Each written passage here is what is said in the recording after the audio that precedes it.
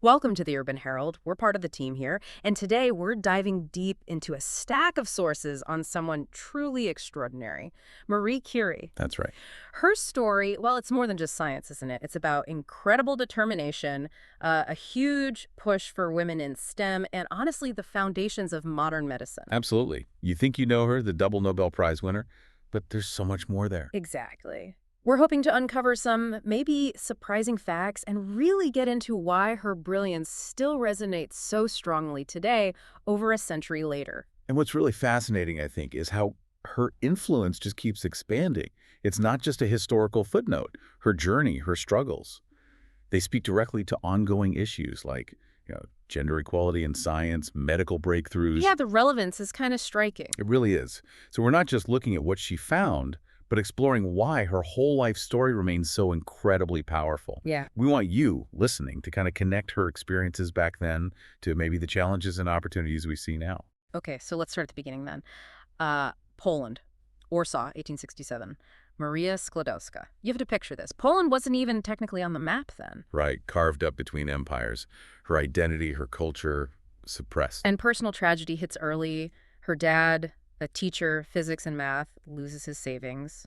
And then her mother dies from tuberculosis when Marie's only 10. That kind of early experience, that crucible as you called it must have shaped her profoundly. How could it not? Losing her mother, living under occupation. It seems to have forged this fierce independence, this deep understanding that life is unpredictable. And maybe that education was the one anchor. Exactly. The one thing nobody could take away. It makes you think, doesn't it, how those early struggles can sometimes lay the groundwork for incredible resilience later on. Definitely. And then comes this part that's just, well, infuriating. She graduates top of her class, gold medal, at 15. Brilliant. Unquestionably. But the University of Warsaw, nope, denied entry. Why? Because she's a woman. Simple as that. Imagine having that kind of mind, ready to explore the universe, and being told no because of your gender. It really highlights the enormous barriers women faced. So what does she do? Give up? Not Marie Curie, no. She joins the Flying University. Which sounds amazing, but it was basically an underground school, right? Pretty much. Clandestine classes, scholars meeting in secret to dodge the Russian authorities. It wasn't just learning, it was resistance.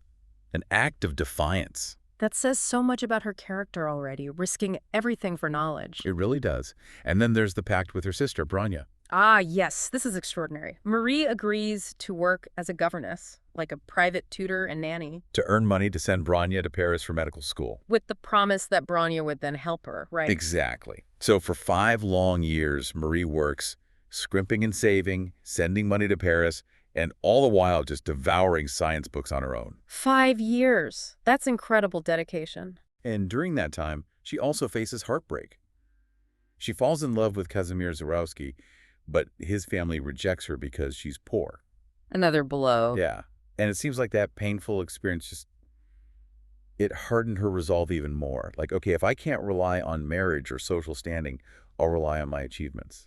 Self-reliance becomes this really powerful theme in her life. Okay, so fast forward, 1891, Marie, now 24, finally makes it to Paris. With basically nothing. A folding chair, a blanket, and, well, enormous ambition. And she just throws herself into her studies at the Sorbonne. Physics, chemistry, math. With this intensity that's almost hard to grasp. Her life was incredibly tough there. Right, the stories of her barely eating, living in this tiny, freezing attic room. Yeah, water freezing in the wash basin, kind of cold. But you get the sense she didn't see it as suffering. More like an investment. Exactly. An investment in her future, in her mind. Yeah. It's quite the contrast, isn't it? You have wealthy Parisians living in comfort, and this young Polish immigrant, basically starving in a garret, is quietly laying the foundation to revolutionize science. Then, 1894, a pivotal moment.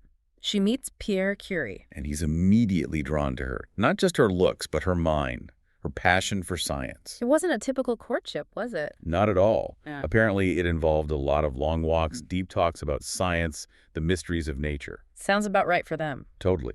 They marry in 1895, and her wedding dress, a practical dark blue one, chosen specifically because it wouldn't show lab stains.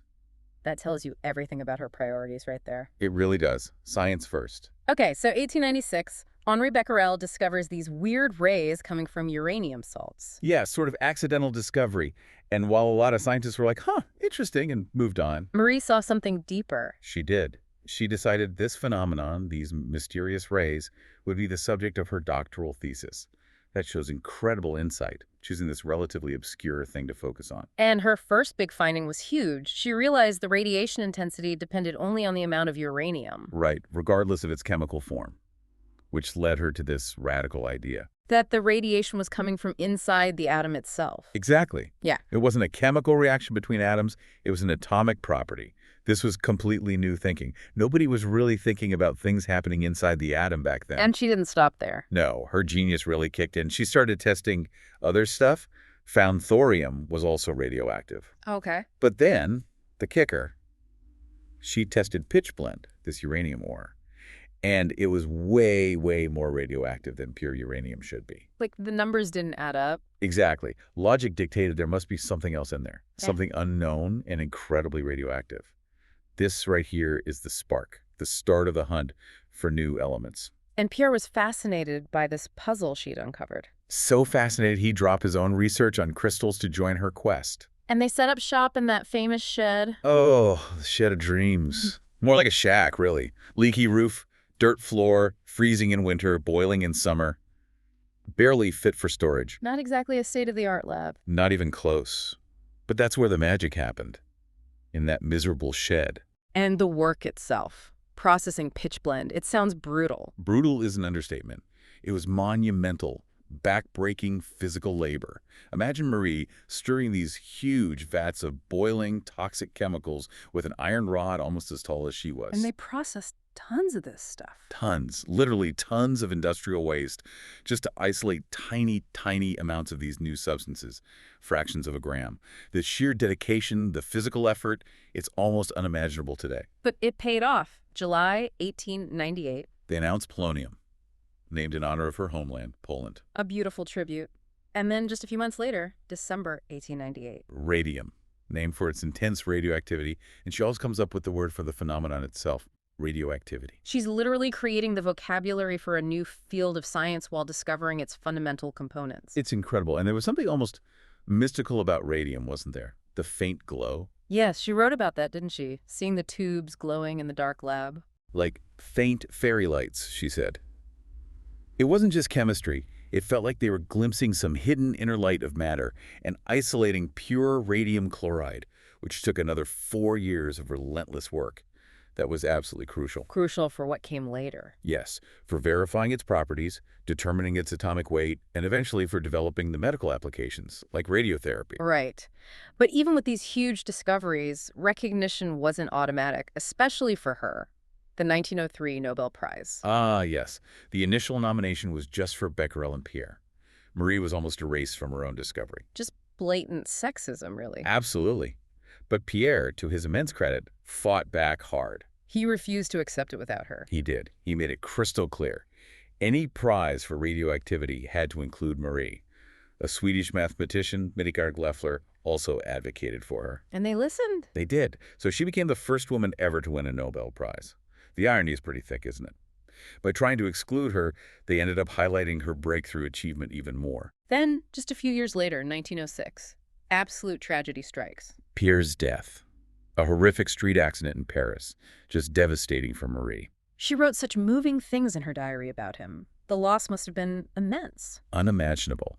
But again, instead of retreating, she makes this incredibly bold move. The Sorbonne offers her Pierre's position, his professorship. And she accepts, making her the first female professor in the entire 650-year history of the University of Paris. That's huge. Monumental. And her first lecture.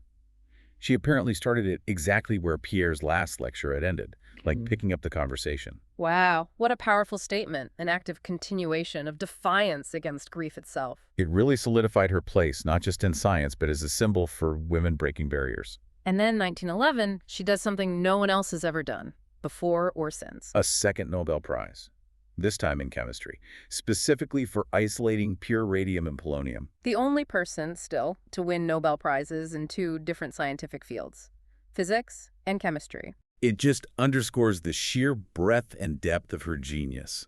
She wasn't just riding Pierre's coattails, she was a scientific force in her own right, across disciplines. But 1911 wasn't all triumph, was it? There was the scandal. Ah, yes. The Langevin affair. 4 years after Pierre's death, she had a relationship with Paul Langevin, a fellow physicist who was married, though separated. And somehow love letters got leaked to the press. Yes, stolen and published. And the French press, particularly right-wing papers, went into a frenzy. It got ugly, didn't it? Incredibly ugly. Vicious attacks, painting her as this foreign homewrecker. Anti-Semitic slurs were thrown in, xenophobia. Even though she wasn't Jewish, it was this toxic mix of misogyny and nationalism. To the point where the Swedish Academy actually suggested maybe she shouldn't come to Stockholm for her second Nobel. Can you believe it? They basically told her to stay home because of the scandal. Her response was just perfect, though. Absolutely magnificent. She wrote back saying, essentially, my prize is for my scientific work on radium and polonium. My private life has nothing to do with it. And she went. She went to Stockholm, collected her prize, gave her lecture with complete dignity. Albert Einstein was furious about how she was treated, called the attacks hogwash. It reveals that core of steel she had, doesn't it? Completely. She refused to be shamed, refused to apologize for her private life. In a time when women were held to impossible standards of purity, she asserted her right to be a full, complex human being. That was a powerful message for women everywhere, especially in science. Resilience personified. Then comes World War I in 1914. And Marie, again, sees a way to apply her science. Immediately, she realized X-rays could be vital on the battlefield for locating bullets, shrapnel, diagnosing fractures. But X-ray machines were huge stationary things back then. Exactly. So her solution was typically brilliant and practical.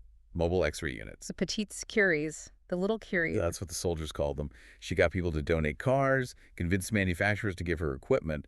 She even learned to drive and do car repairs herself. Amazing. And she didn't just build the machines. No, she built the whole system. She personally trained over 150 women as X-ray operators, taught them basic anatomy, how to use the equipment, even photo processing. She created a whole new corps of medical technicians. And her daughter Irene, who was just a teenager then, worked alongside her? Yes, her primary assistant. Imagine that. A widow in her late 40s and her teenage daughter driving these primitive X-ray vans towards the front lines. The courage involved. It's staggering. And the impact was enormous. It's estimated something like 1 million wounded soldiers got X-rayed thanks to the petites Curies. It undoubtedly saved countless lives and limbs. She basically invented mobile radiology under fire. But it came at a cost to her own health, didn't it? All that radiation exposure. A huge cost. Years in the lab, the radium she carried, the constant work with the X-ray units during the war. She was accumulating a massive dose. She worked insane hours too, but never complained. Her focus was serving France, her adopted country. It really shows her belief that science must serve humanity. Fundamentally, knowledge wasn't just for knowledge's sake. It had a purpose. Yet, even after the war, after 2 Nobel Prizes, the war heroism, she still faced barriers. The French Academy of Sciences in 1910. Right, she ran for membership. Her qualifications were beyond question. But she lost by 2 votes.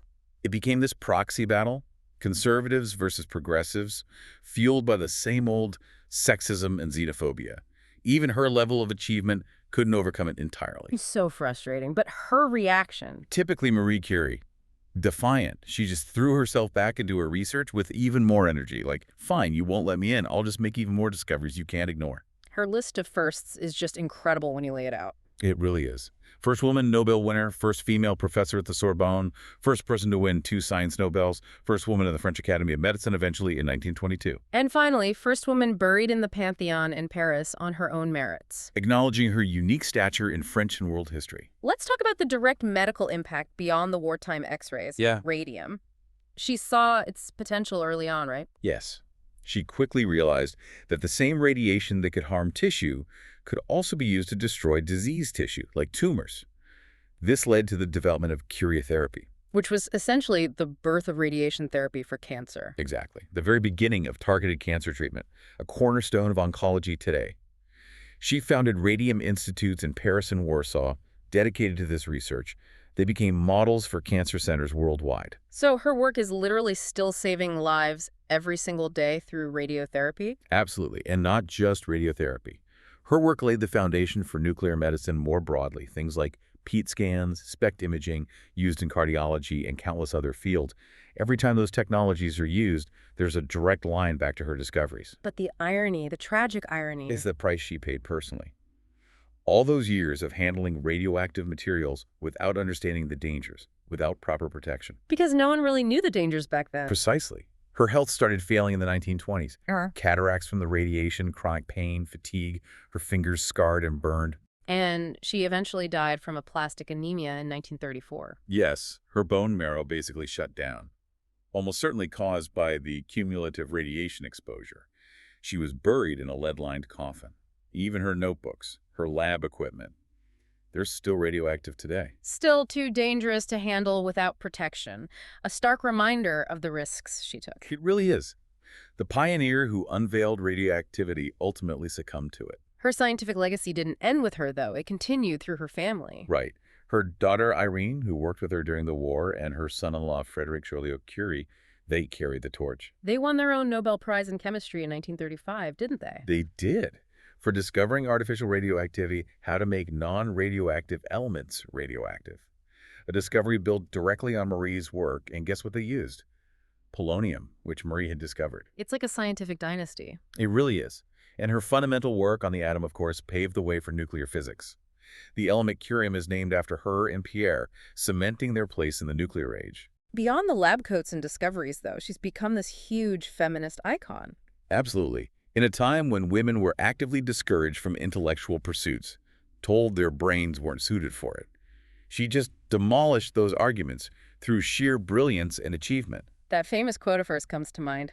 Life is not easy for any of us, but what of that? We must have perseverance and, above all, confidence in ourselves. Such powerful words. And yet, despite her example, we still see underrepresentation of women in STEM today. Yeah, the numbers are still lagging. Globally, what is it? Only about 35% of STEM students are women? Something like that. Yeah. And they still face barriers. So her story isn't just history. It's an ongoing inspiration and, frankly, a reminder that the fight for equality she was part of is still going on.